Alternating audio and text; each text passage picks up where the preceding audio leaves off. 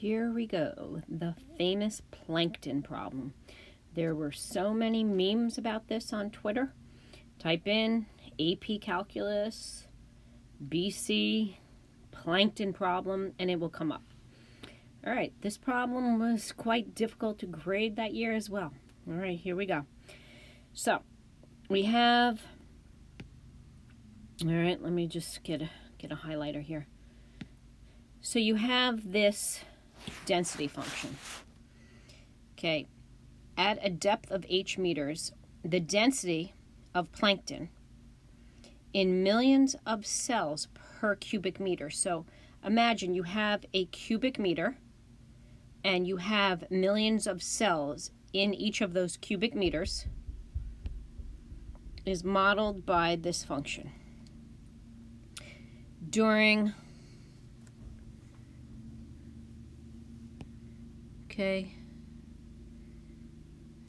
this depth, h's depth. Now, when the depth is more than 30, there's some other function which is not explicitly given, but they will give you information about that function down here. So they say find p prime of 25. This is a calculated problem. So you go to y1, you type in the function, not a problem. Then you go to the home screen, you type second 8 y1 of x, comma, x, close your parenthesis out, put the such that sign. So this is what you would have on your calculator. y1 of x with respect to x, such that x equals 30. And then you will get your answer, okay? So on your AP paper, you would write p prime of 25 equals negative 1.179, rounded or truncated, you got the same thing. Now, what does this mean? Well, if you look at the function p of h, it's millions of cells per cubic meter. So therefore, this answer would be millions of cells per cubic meter per meter. So we're talking about the density. The density function is decreasing at this rate.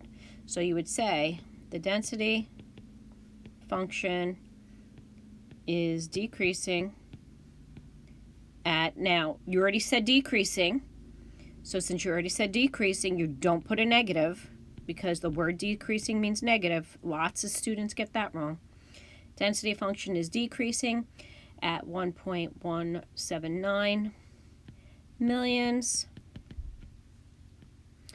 okay, of cells per cubic meter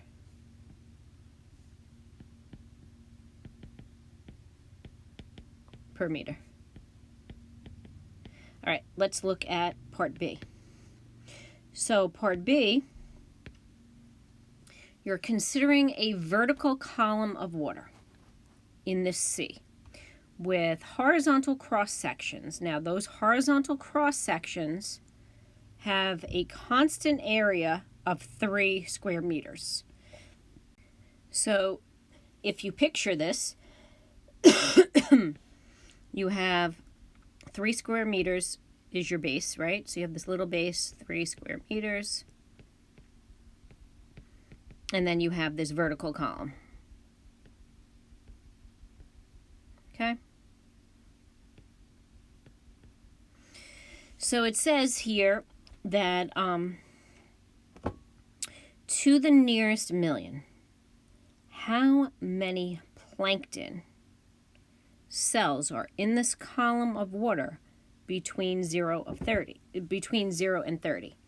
So you need to think about this. You want to end up with, it says millions. So you want to end up with millions of plankton cells. So when you integrate the density function, so when you integrate from 0 to 30, your density function, your density is being multiplied by your area, which is 3. Each of your areas has a height of infinitesimally thinness, dH. Okay, so if you think about it, the 3 that you have, right? So you have 3 square meters. So this is measured in meters. Then your depth, well, it's area, so that's meters squared. Your depth is measured in meters. And then the plankton cells is millions per cubic meter. So if you do unit analysis, you can see that the meters cubed are going to cancel out and you're going to have millions. All right, so you just literally type this into your calculator. You go to the home screen, you integrate. So you would have the integral of 3 times y1 of x. We already had typed that in with respect to x from 0 to 30. Okay, when you do that, the answer you're going to get out is 1675.4149 something or other. But it says specifically, a lot of kids actually got this wrong. It says to the nearest million. So to the nearest million, you have to answer the question. So to the nearest million, it would be 1,675 million. So that was actually a big issue. Now let's look at part C. So for part C, there is some function f of h that's less than u of h, and u of h from 30 to infinity, that improper integral is 105. So that converges. Keep that in mind. The column of water in part B is k meters deep. K is greater than 30. Write an expression involving one or more. They're kind of cluing you in, not on purpose, right? One or more integrals that gives the number of plankton cells in millions in the entire column. So remember, if we want millions, we're integrating the density function times the area times dh. That's the height.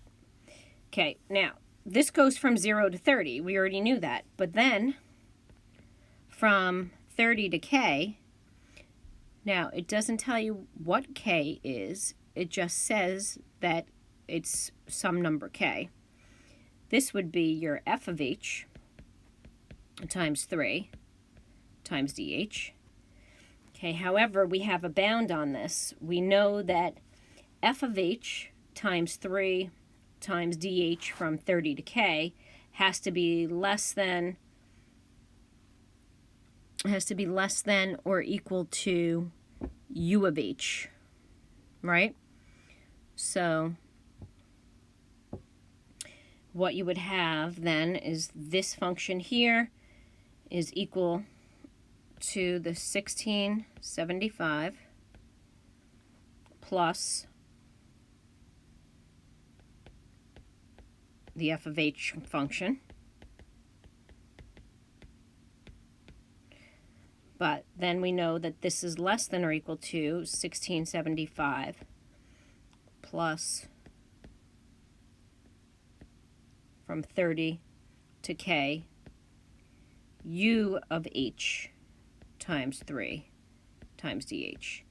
Okay, because specifically f of h, you need this detail, f of h is less than or equal to u of h for all h greater than or equal to 30. So no matter what the value of k is, and k is really representing an h, so no matter what the value of k is, this is always going to be true. And now, of course, we know that the integral from 30 to k must be less than the integral from 30 to infinity, which we know converges to 105. So therefore, this would be 1675 plus 105. Okay, so explain why the number of plankton cells in the column is less than or equal to 2,000. Well, we know this adds to 17, this adds to, all right, oh, 3 times 105. I'm so silly because the 3 factors out. So we have 1675 plus 315, which is less than or equal to 2,000. All right, you could write a sentence about that as well. So let's look at Part D. Oh, Part D, you're not going to have to worry about this year because parametrics will not be on the AP exam, so I will skip Part D. But at any rate, this was a famous problem. Definitely students had a really, really hard time with it, especially with communicating what they wanted to communicate. And I hope this helped you. Thank you. Bye.